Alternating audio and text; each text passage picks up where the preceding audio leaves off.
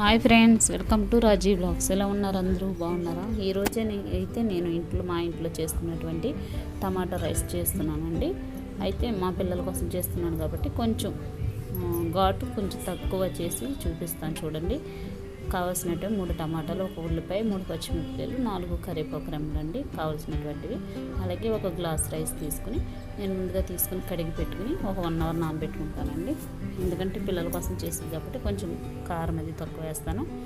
అయితే పొయ్యి మీద పెనం పెట్టి దాంట్లో ఆయిల్ పోసి సన్నగా కట్ చేసుకున్నటువంటి ఉల్లిపాయ ముక్కలు దాంట్లో సాల్ట్ వేసి బాగా ఉడకనిచ్చి బ్రౌన్ కలర్ వచ్చేంత వరకు కూడా నేను బాగా వాటిని ఉడకబెట్టుకుంటానండి. బరకలుగా పట్టినటువంటి మసాలా, బిర్యానీ మసాలా ఒక 1/2 స్పూన్ వేసుకుంటున్నానండి. బాగా కలుపుకొని ఒక 2 మినిట్స్ కొంచెం బిర్యానీ మసాలా ఉల్లిపాయలు పట్టేలా కొంచెం మగ్గనిచ్చేలా బాగా కలుపుకోవాలండి. కలుపుకున్నాక 1 స్పూన్ అల్లం వెల్లుల్లి పేస్ట్ వేసుకోవాలి. నేను చాలా ఘాటు తక్కువ వేస్తున్నాను, ఎందుకంటే మా పిల్లల కోసం చేస్తున్నాను కాబట్టి.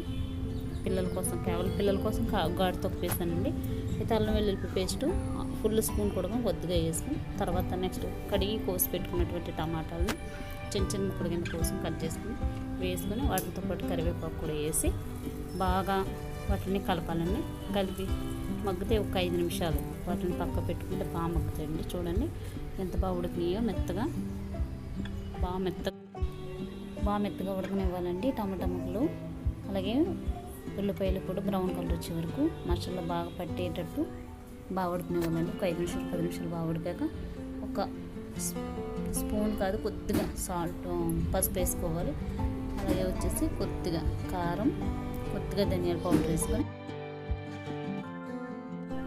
బాగా కలుపుకోవాలండి. బాగా కలుపుకున్నాక ఫస్ట్ ఏ గ్లాస్తో అయితే రైస్ తీసుకున్నామో అదే గ్లాస్తో వాటర్ పోసుకోవాలి. వాటర్ వచ్చేసి 1 గ్లాస్ రైస్ తీసుకున్నాం కాబట్టి 3 గ్లాసులు నేను వాటర్ తీసుకుంటున్నానండి.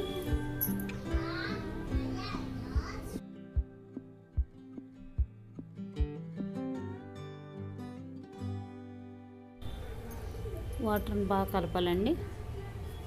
వాటర్ పోసుకున్నాక 2-3 సార్లు అలాగా కలుపుకొని దానిపైన మూత పెట్టుకుని ఒక 5 నిమిషాలు వదిలేస్తే వాటర్ బాగా మరుగుద్దండి.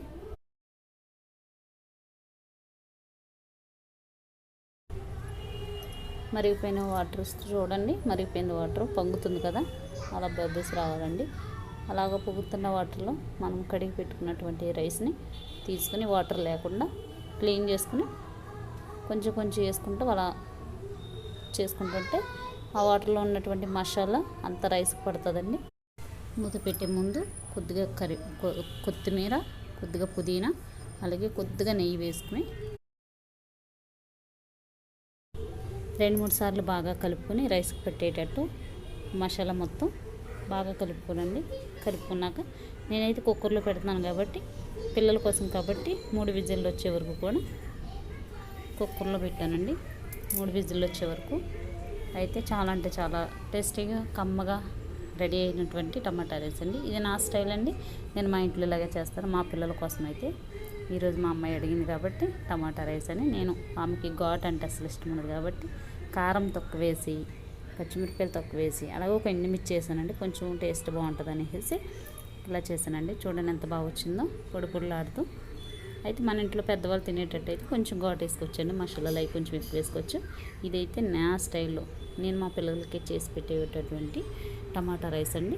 మీకు నచ్చితే కనుక మీ ఇంట్లో మీరు ఎలా చేసుకుంటారో, మీరు ఎలా చేస్తారో కొంచెం కామెంట్ కూడా చేయండి. వేడి టమాటా రైస్ రెడీ. అందులో 2 ఉల్లిపాయ ముక్కలు, ఒక నిమ్మ బద్ద, నేనైతే ఆవకాయ పచ్చడి వేసి తింటానండి. మీరు ఎలా ఉందో చూసి చెప్పండి. నచ్చితే కనుక ఒక లైక్ చేసి కామెంట్ చేయండి. ఛానల్ని సబ్స్క్రైబ్ చేసుకోండి. Thank you for watching.